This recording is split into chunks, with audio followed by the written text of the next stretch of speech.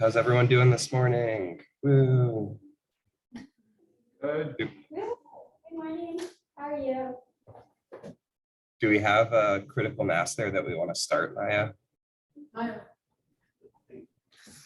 Oh, we do have a critical mass. Okay, let's do this. Hi, everyone. I'm Brian. I teach in the KM lab, and we're going to be talking about permutations in critique debates. We're not really talking about any critique in particular, but I kind of want to talk thematically about what it means when we say permutation, how that can be useful, how that can be strategic, and how that can play into kind of 2ARs. And maybe you'll get some neg notes or ideas here as well. So I want to start like super duper basic with the concept question of what is a critique. Now, unlike most other arguments that we would hear that are about the plan, critiques are disagreements with core assumptions that are made in the 1AC. They're disagreements with core assumptions. So you often hear words like ontology, epistemology, representation, other things, which are all just ways of saying, here are things you have assumed to be true, and that could be about a variety of different things. So like ontology, for example, is the study of being. So they have said that your assumptions about what being is are wrong. Epistemology is the study of knowledge. So they're like, your assumptions about what makes good knowledge or what knowledge production should look like are wrong, okay? So the core part about critiques, it's different than all other or many other arguments that we hear, is they're about the 1AC's assumptions, not necessarily the causal relationship of the plan to something else. Now, that means that Ks take the entire 1AC rather than the plan as focus of the debate, okay? So when you're talking about a critique, you're talking about something that disagrees with the 1AC, and you will have probably heard terms like scholarship or other things floating around, because critiques aren't just about the plan text, they're about what goes into that and what assumptions you make. That means K-links will often say, here is where the 1AC made an assumption that we disagree with, and will not be in the plan, okay? Does this basic conceptual schema of what a critique is make some sense? I'm taking that as a yes. Now, if our lecture is about critiques in perm debates, or perms in critique debates, I'm sorry, the second important question here is, what do we mean by a permutation? What do we mean by a permutation? And the basic definition that you'll usually get is that a legitimate permutation, or like a theoretically okay permutation, is all of the affirmatives position and all or part of the negatives position. All of the affirmative and all or part of the negative. There are two primarily ways that a permutation can be theoretically illegitimate that we talk about. The first one is something being severance, which means that it excludes part of the affirmative.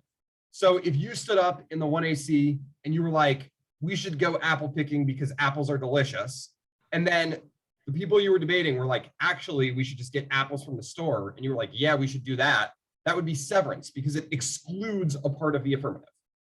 The second way that it can be illegitimate is to be intrinsic. It can be intrinsic. And intrinsic means that you add something that is neither part of the affirmative nor part of the negative position. So normally, if I have a good idea and Maya is like, actually, I have this other good idea, I could be like, well, Maya, why don't we do both? And we would do both of the things, that would be a permutation. But if I was like, we should do what I said and what you said, and then also we should get some dominoes, and getting dominoes had nothing to do with what either of us said, that would be intrinsic insofar as it adds something that neither of us have put forward.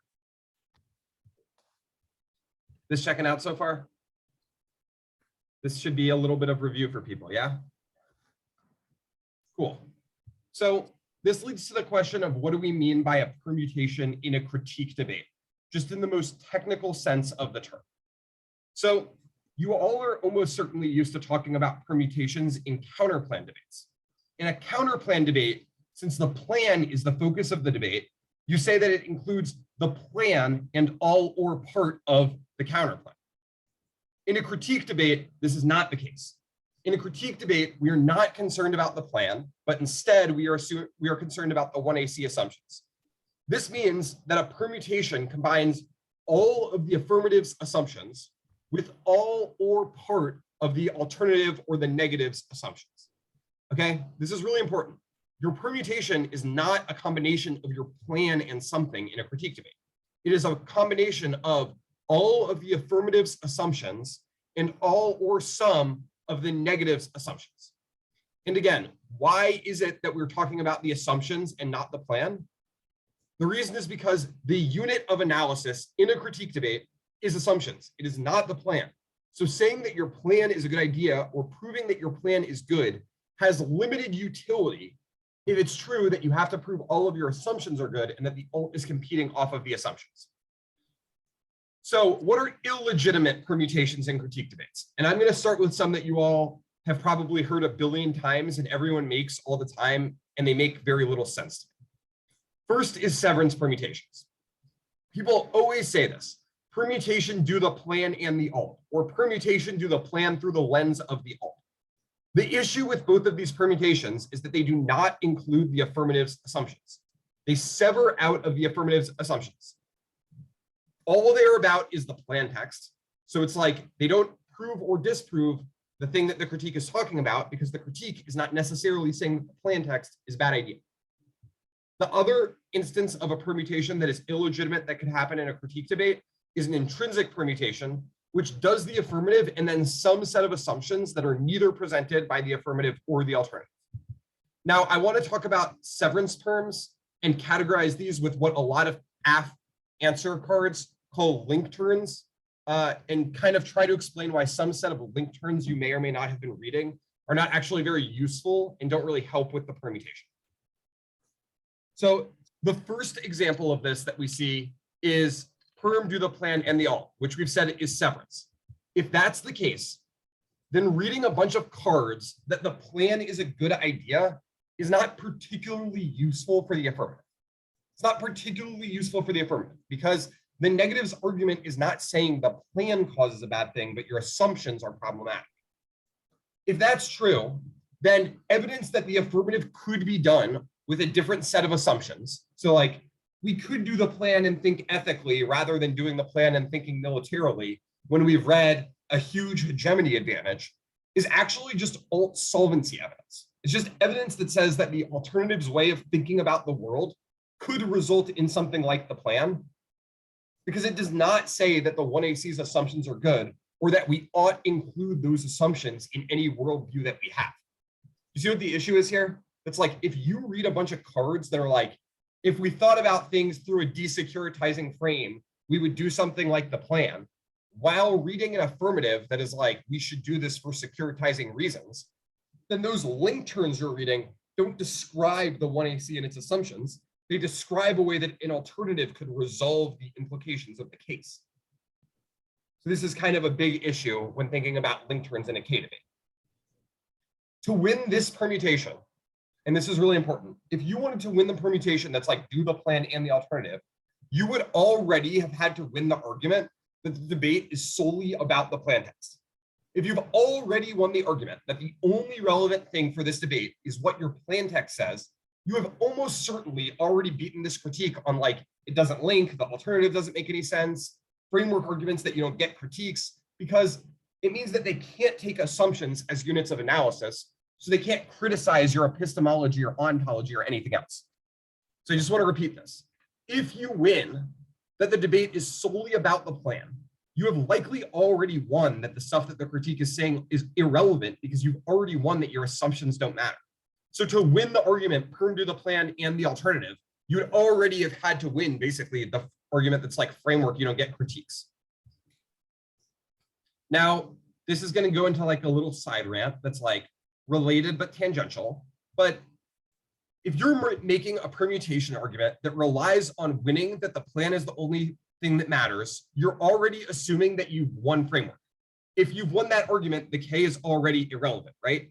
Now, it can be okay to make this permutation, or it can be okay to make a framework argument that like, we shouldn't care about representations or whatever, but I would advise against making two arguments that have basically identical implications and require winning all of the same warrants to win them, because it's very inefficient for the 2AC. So it's like not the best use of time or not the best set of things you could be doing. There are a few arguments that fall into kind of this category of like, this argument is just framework by another by another name. So the first one is obviously any framework argument that's like you only get to talk about the plan text. The second one is any permutation that's like do the plan and something. So it's just focused on the plan text.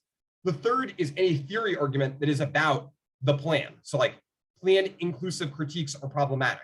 Now you could say that it might be theoretically illegitimate if they include affirmative assumptions, given that assumptions are the unit of analysis that we're using for the critique. You might say it's theoretically illegitimate that the alternative has certain scopes of fiat or other things. But I wouldn't want to make the argument about the plan, because the more you use the language of plan focus or of talking about the plan, the more it all ties back to winning this initial framework argument. And I will add, just on a side note, this is an argument where the negative usually has extraordinarily good evidence, because there is very good evidence that says that like we should care about assumptions, we should care about the way we think, we should care about the way that we know things. And there is basically no good evidence that's like we shouldn't care about this stuff. So you're kind of going into a position where you know that the other team has better evidence and is prepared to debate this argument. So the next logical question is like, well, Brian, what you've said so far is that like all of our permutations suck and that like we shouldn't make permutations. And that's not the point I'm trying to make at all. There is a purpose for permutations. They test if the assumptions between the affirmative and negative are mutually exclusive. So like on this topic, if you were debating a critique that was like, we need a decolonial praxis, and you were reading a NATO Goodath, you could test if it is true that we can have a decolonial praxis while also presuming that deterrence is a useful way to talk about the world. There are plenty of people who say like, we should actually use the concept of sovereignty when talking about decoloniality. There are plenty of people who say we should use the language of security in order to desecuritize. But the important thing is that you are combining the assumptions. You're saying we should have both the assumptions that we said and the assumptions that they said when describing the permutation. So our permutation says our assumptions can fit together. And then there are two types of link arguments that the negative can make. And they should sound very similar to with counterclaims. The negative can either say they can't fit together or that they shouldn't fit together. Just like in any counterclaim debate, you could normally say either it's mutually exclusive or you could say that it competes by net benefit. So I'll give an example of both. If you wanted to say that your assumptions can't fit together, you could say that the 1AC makes a set of assumptions that the world operates as a machine, which is exclusive with Heideggerian assumptions that the world operates as being. And this might be relevant for like the tech K that DKP and some other people worked on, right? So you would say like, our assumptions are literally incommensurable. There is no way we could assume both things to be true about the world simultaneously. Alternatively, you could say that like, even if it is literally possible to assume both things at once, it is problematic or bad. So you could be like, sure, we can think in terms of security and also think in terms of cosmopolitan responsibility, kind of like that Folk 21 card says in the security K. But that might be a bad thing because it might mean that our cosmopolitan universalist policies end up excluding some people, they end up being violent, or they end up with a war to end war, which ends up being a war without end, which is that kind of Evans card that's floating around in that critique as well. So you could either make arguments that's like, these assumptions are literally mutually exclusive, or you could make link arguments that are like, including their assumptions has some problems and means that some negative things would likely happen in the world of our critique. Now, the issue that this schema of permutation presents for the affirmative, I think is pretty obvious. The affirmative generally says our assumptions can fit together and says like, we could include them. And then the negative is like, sure, but there's no reason to include your assumption. And we'll read some link argument that says including your assumptions are bad. So this is probably what you all are used to occurring in a debate. The 2AC says perm do both. The negative is like, they say perm. Here are all of our link arguments that prove that there are some places where the 1AC has included some assumptions that we think are problematic. Now, the reason that permutations and permutation-based 2ARs often result in the negative winning is because of the following string of events that occurs. The negative is like, we have a risk of offense because we have framed logic in the 1AC that may or may not lead to a negative thing, and we definitely have evidence about it. The affirmative generally does not have a lot of offense. They have some cards that say the plan is good, but the negative is like, those are irrelevant because they don't prove your assumptions are good. The alt's assumptions could do that, which you all may or may not have heard referred to as like a floating pick. And then the judges are like, congratulations to both sides. The decision was a 3-0 for the negative because the alt solves the entirety of the case. The aff has these link turns, but like there's only a risk of a link. And this is probably a decision that you've heard if you've ever read like a critical-esque aff against a team that is going for a critique, because the judges are always just like, yeah, but like the alt solves so much of this and your permutation arguments are just link defense. And the alt solves all of your link turns because you have one problematic assumption. You might also have heard this if you've heard judges use phrases like, if you link, you lose.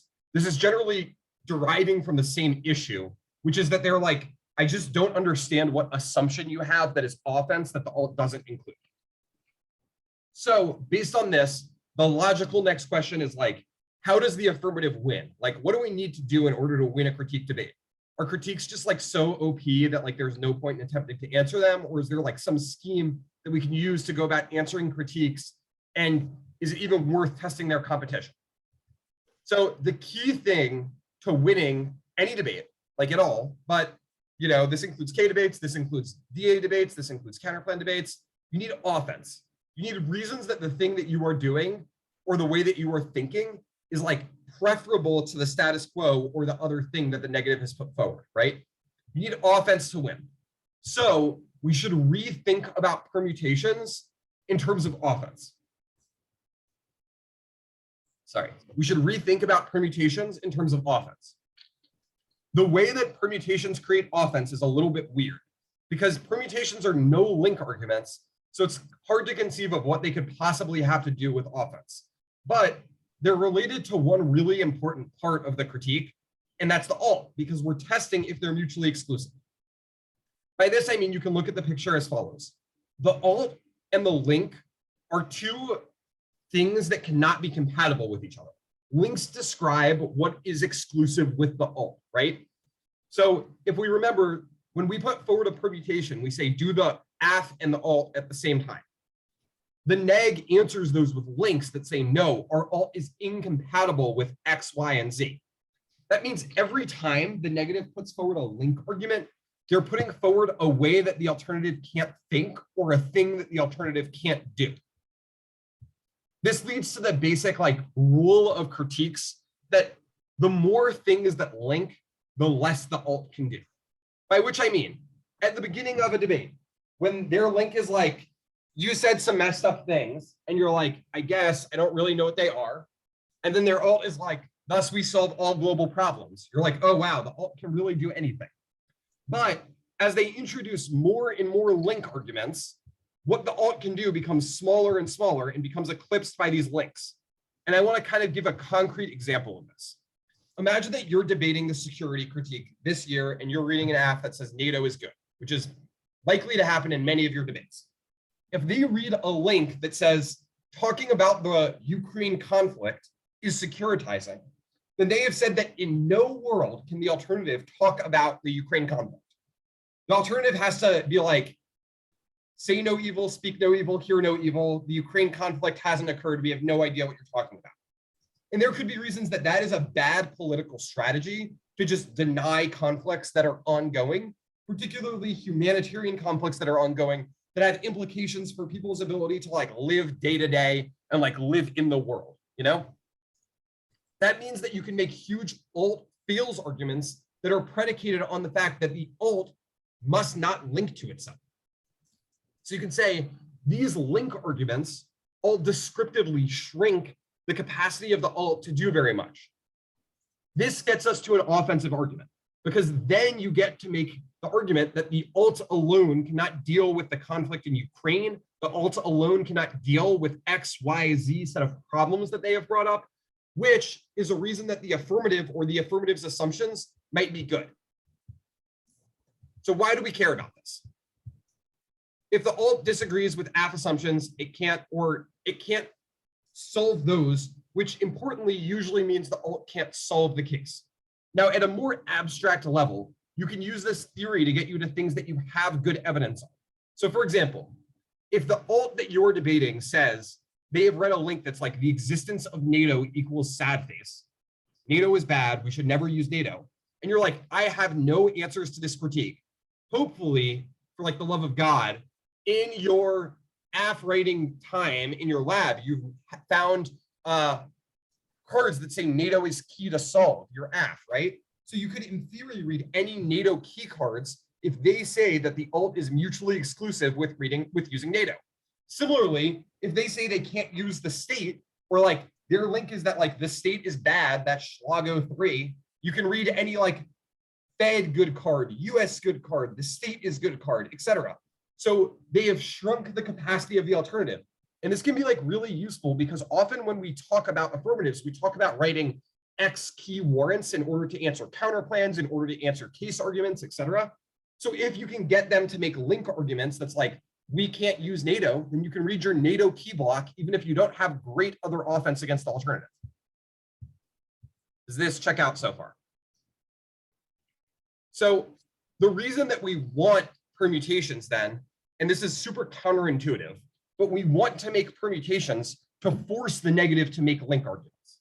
We want to make permutations to force the negative to make link arguments. Now, I know what a few of you are thinking, and it's like, but why do we want them to make link arguments, or why would we even make a permutation if our AF obviously links? And the reason is, even if the link is super duper obvious, them explicitly saying it will make the 1AR and 2AR's lives really easy on explaining why the alt is really small and really bad. And you know, even if you're like, our AF super duper links no matter what, we're reading one advantage, hegemony is good, we're saying like we should invade other countries, we're saying like the most blasphemous stuff you could possibly imagine, you still want to put forward a bunch of permutation arguments in the 2AC and press the link to force the negative to read link arguments so that you can describe the alternative as being really silly. Because maybe you're like, yeah, we said hedge is good, but then they said link, you asserted that we talk about conflicts internationally. Or maybe they say link, you use the state. And then you're like, well, you know what sucks now? Your alternative, because using the state is important for like a lot of things.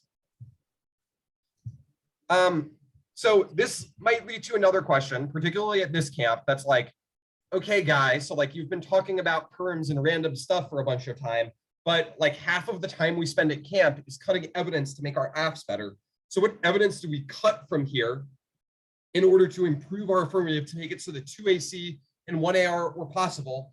Or even if I'm peeking through one of these K files, what evidence do I want to read in the 2AC or the 1AR? The best gold standard set of evidence that you can have on many critiques and to answer many link arguments are cards that say, excluding this assumption is bad for solving certain problems. So like in this field, in this discipline, in general, it is useful to make X assumption about the world in order to solve things. And like, I know that this is going to sound really weird, but the more inaccurate your assumption is, the more easy it is to find this card. Because there are a bunch of people who write about like IR and they're like, oh, but everyone knows that states don't act as monolithic actors. And they're like, yeah, obviously, dude, like obviously states all act a little bit differently than each other, but it's close enough to being accurate. And it's really useful to think this way because it helps us describe and propose solutions to a set of problems that are otherwise really hard to answer. So like one of the primary places that you could even go to look for evidence is you could find a set of people who justify the methods that they use in their field. So like anyone who is writing seriously with like a PhD in IR about international conflict, they will explain why it is that they define conflict a certain way. They will explain why it is that they define a state a certain way. They will explain why they define peace in a certain way. And it's all because making those assumptions help us pragmatically move forward in describing the world and offer policy solutions that would otherwise be very difficult. So hopefully you would cut some cards like that that use the language of like, even if imperfect, this set of assumptions is really useful for solving a set of problems, and the alternative alone can't solve them. So in a little bit more abstract or bigger picture, this produces two overarching AF strategies that we can go for in a debate. The first is a permutation link turn alt fails strategy. What this says is that we need to include the affirmative in order to be able to resolve the issues that the alternative is talking about. Otherwise, the alternative alone can't solve them. You've probably most traditionally seen this type of strategy deployed if you've read a K-app with a plan against a K team, where you're like, we should, reform water policy by giving everyone access to water. And then the team you're debating reads like Afro-pessimism. And then you're like, look, Afro-pessimism is really important, but people literally need access to water to live another day. And if you can't live another day, then you can't do what the alt says. So the alt alone is insufficient because it excludes the assumption that we should protect and give water and that the federal government is good. And if we included those assumptions, they would help us move toward the alternative's praxis. So in this case, what you need is evidence that says our assumptions are good. It's not just evidence that says our assumptions can work with their assumptions, because it needs to be evidence that says without our assumptions, the alt can't solve. And this is a really important distinction. You might have cards that are like, our assumptions and their assumptions, like they work great together. It's a good deal. But, and this is a big but, if the alternative alone solves all of your link turns and you have no offense that is based on the alternative alone fails, you're going to lose like 100% of the time because there's only a risk of a link. You lack offense.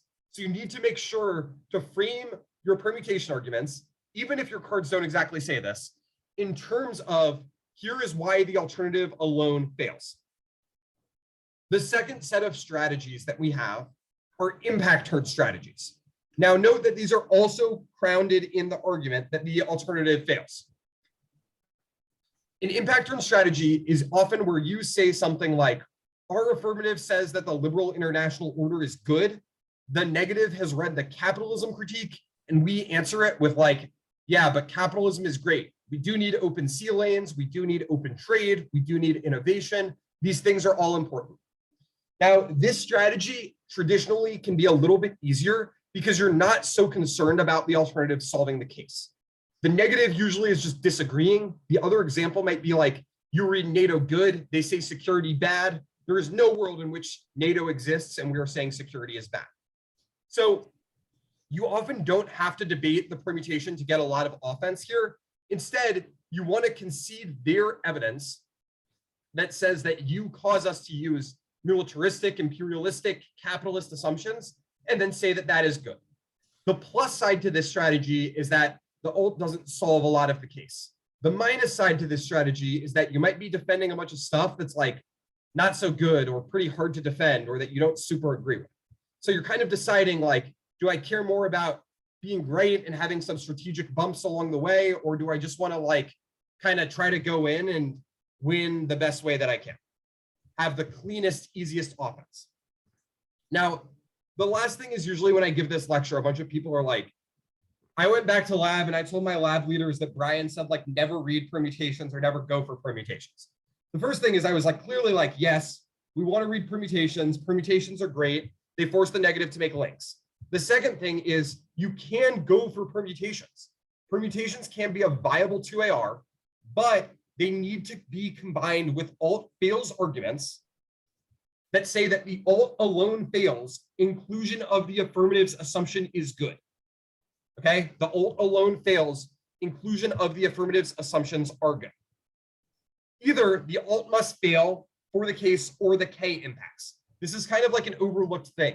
You have to have some implication to the reason that the alt fails. It can't just be like the alt doesn't solve all global problems because the AF doesn't include a mechanism for doing that, and neither do your assumptions.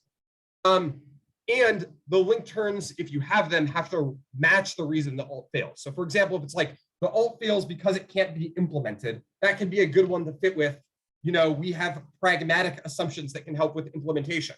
If you're like the alt fails because, the problems they're talking about are inevitable, your AF doesn't solve that link turn, so it's not super helpful for a perm strategy. Now, the last thing that I'll say is you can also go for perms that use part of the alternative, so you don't have to use every assumption that they make. By which I mean, if they're like, the alt is like, we have the assumption that the state is bad, and also we have the assumption that we should struggle against racism, you could permute to do the AF and include their assumption that racism is bad, but not include their assumption that the state is bad. Because you don't have to include every assumption. If you remember what I said before, a permutation includes all of the AF and all or part of the negative. Now, this means that if you want to make some trickier permutations, one thing that could be useful. Oh, I'll stop for 1 second. Maya, was someone trying to say something? Does anyone have a question? Okay, no, you're all good. Okay. This means that if you want to make some trickier permutations, you need to find the assumptions in the 1AC, which can be a little bit tricky. Where can we find assumptions that are in the 1NC? It's kind of like an important question. Now, you might think that they only exist in the alternative, but if the negative can make links to their critique and say that your assumptions are present, everywhere in the 1AC, they're present in your solvency cards, in your advantages, in your terminal impacts, then the same is presumably true about the negative.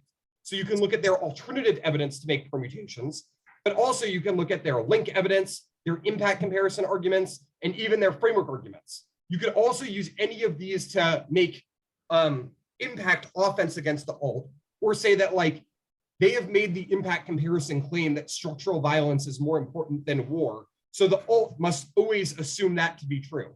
And you could also use that as a point of disagreement or alt fails based arguments. This is going to lead to a little bit of a side rant that if you want to make a perm that is probably intrinsic, you should be able to defend that your perm isn't intrinsic, and it's rather easy to do.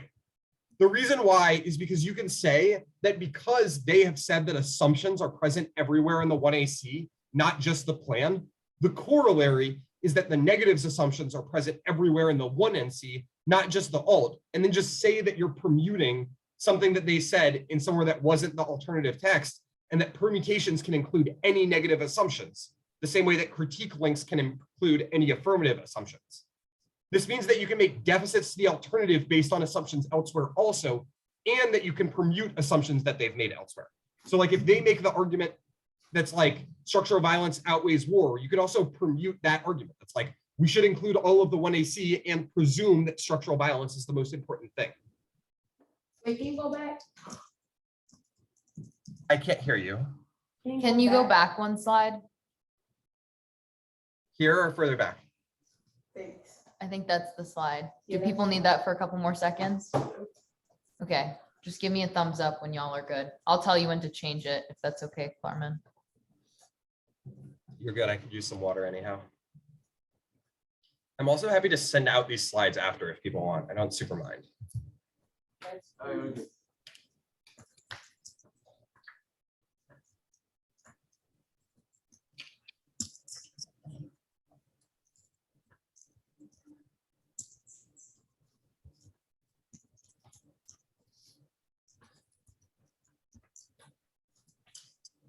Some aggressive typing happening right now.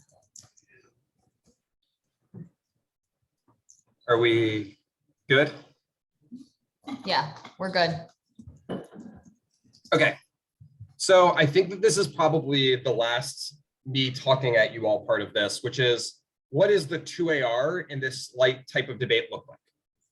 And there are kind of two genres of 2AR, and I talked about this a little bit earlier. There's the going for the permutation 2AR that sounds something like this. Do the affirmative and use X assumptions from the negative.